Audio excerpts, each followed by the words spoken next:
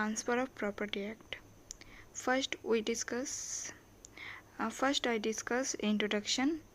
Subpoint, what is right to property, what is ownership and title, intro to TP Bare Act and nature of TP Act 1882. TP Act means Transfer of Property Act 1882. Let's start.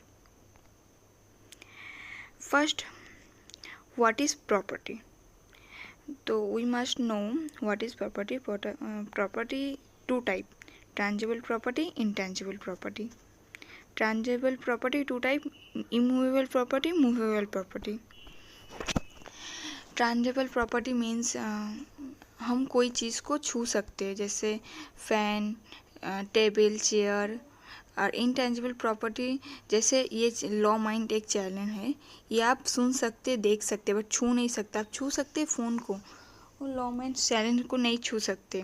और immovable property जो tangible property के अंदर आता है वो होता है जैसे वार्डरोब, हाउस, ये इमूवेबल प्रॉपर्टी. और movable property means fan, table, जैसे पहले बोले थे. अच्छा, right to property is equal to right ownership. Right to property is equal to ownership मतलब हमेशा एक ही होता है क्या? मतलब right to property is equal to ownership? Not. कभी कभी right to property is equal to ownership होता है, कभी कभी नहीं होता है, मतलब पार्शियली ये काम करता है. चलो देख के आते एक बार जूरिस्प्रूडेंस में क्या है. ये मज़ेदार को, ये एक बहुत अच्छा टॉपिक है, right transfer of property act. तो जूरिस्प्रूडेंस पे देख के आते क्या है. व्हाट इज़, फर्स्ट हम लोग देखेंगे what is ownership. Ownership concept of ownership emerge in Roman law. Roman law से ओनरशिप कॉन्सेप्ट आया था. Romans consider it as full and exclusive power over a thing. प्लेना इंड्रे पोटेस्टस मीन्स ये एक फेज है. प्लेना इंड्रे पोटेस्टस means in full power. Ownership मतलब एक चीज़ के ऊपर आपका पूरा जो पावर होता है उसको बोलते हैं ओनरशिप. जैसे मेरे पास एक पेन है, ये टैंजिबल प्रॉपर्टी है, मेरा मूवेबल प्रॉपर्टी है. वो पेन वो मेरा है, तो मेरे पास पूरा पावर है. हम लिखे ना लिखे, किसी को दे, फेंक दे, कुछ भी करे, मेरे पास पावर होगा उसका. कोई डिसाइड नहीं करेगा वो पेन को हम क्या करें, वो मैं डिसाइड करूँगी what will do. Ownership of property consist of 3 bundle of 4 powers. Powers mean rights. मतलब ओनरशिप में 4 टाइप राइट्स होता है. Right to possess, right to use and enjoyment, right to transfer, right to destroy. ये in jurisprudence में ये 4 type right होता है. Right to possess, right of use and enjoyment, right to transfer, right to destroy. But in real life one can have a right over property and still not be owner of property. मतलब किसी एक को हम lease पे घर दिए, नहीं, कोई मुझे लीज पे घर दिया, मेरे पास राइट टू पॉसेस है, right to use and enjoyment है, बट राइट टू ट्रांसफ़र नहीं है, राइट टू डिस्ट्रॉय नहीं है. मैं वो मतलब प्रॉपर्टी को एंजॉय कर सकते, वो प्रॉपर्टी के अंदर रह सकते, बट उसको हम किसी को ट्रांसफ़र नहीं कर सकते, डिस्ट्रॉय नहीं कर सकते.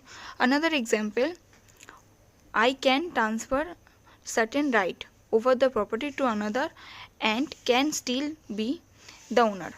हम किसी को मेरा घर किसी को लीज में दिए, तो मेरे पास क्या क्या राइट है. मेरे पास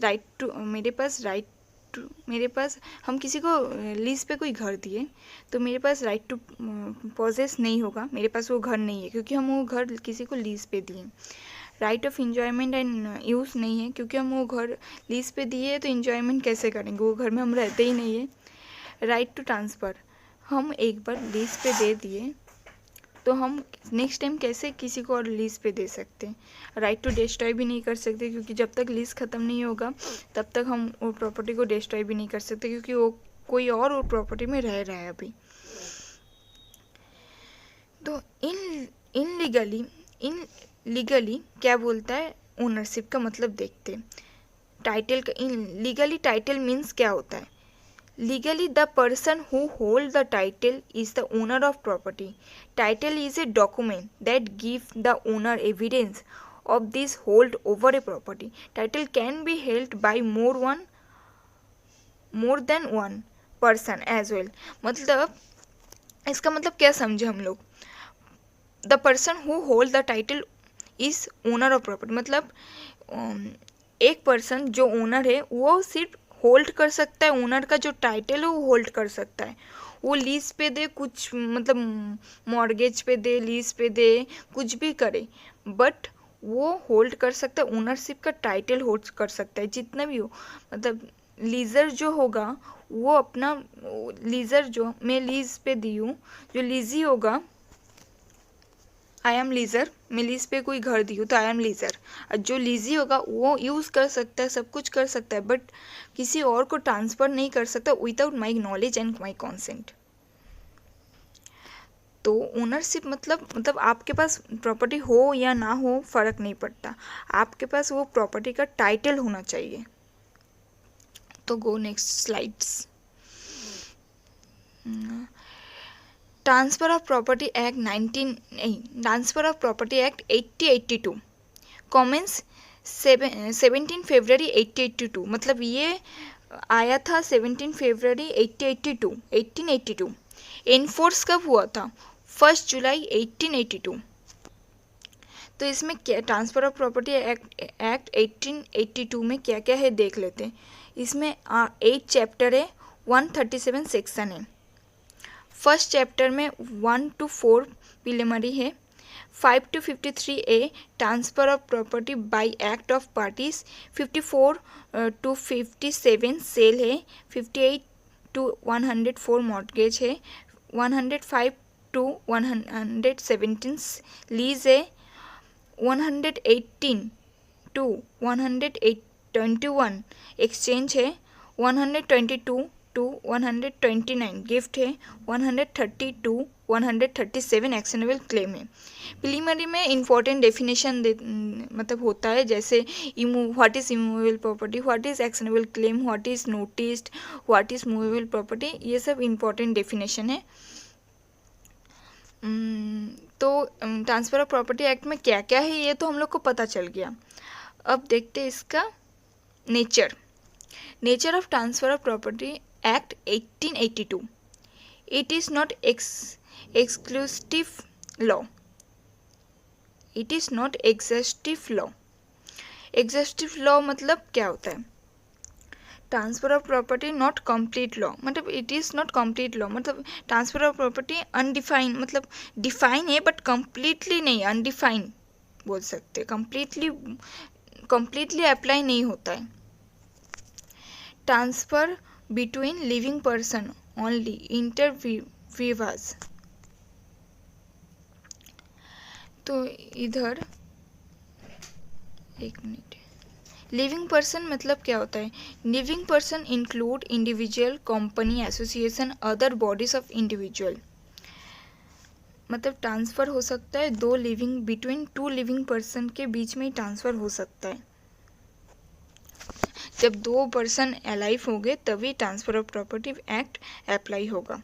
सर्टेन ट्रांसफ़र आर एक्सक्लूडेड, कुछ ट्रांसफ़र होता है जो transfer of property act cover नहीं करता है, जैसे bye operation of law, section 57 and chapter 4 exception.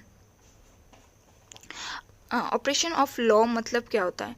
अगर कोई इंसान विल बनाता है, विल बनाने के बाद वो डेट हो जाता है, अगर वो विल में लिख के जाता है जो ये ट्रांसफ़र, ये प्रॉपर्टी मेरा बेटे को ट्रांसफ़र होगा आफ्टर माय डेट, देन वो ट्रांसफ़र ऑफ प्रॉपर्टी एक्ट के अंदर नहीं आएगा, उसको बोलते हैं operation of law. Under order of court, मतलब कोई कोर्ट में केस चल रहा है, वो कोर्ट डिसाइड कर दे ये वाला प्रॉपर्टी इसे मिलेगा, तब भी ट्रांसफ़र ऑफ प्रॉपर्टी इन्वॉल्व नहीं होगा, नॉट एप्लीकेबल होगा। और according to rules of transfer in Muslim law में ट्रांसफ़र ऑफ प्रॉपर्टी मतलब मुस्लिम लॉ में ऐसा कोई रूल है कि ये मतलब ये मेरा लाइफ में ये प्रॉपर्टी मेरा बेटे बा, मेरा बहू बा, कुछ किसी को भी मिलेगा, हाँ, तब भी ये ट्रांसफ़र ऑफ प्रॉपर्टी एप्लीकेबल नहीं होगा। तो 3 टाइप ऑफ नेचर हम लोग पढ़े। Not a exhaustive law, transfer between living person only, certain transfer why excluded. Thank you for watching.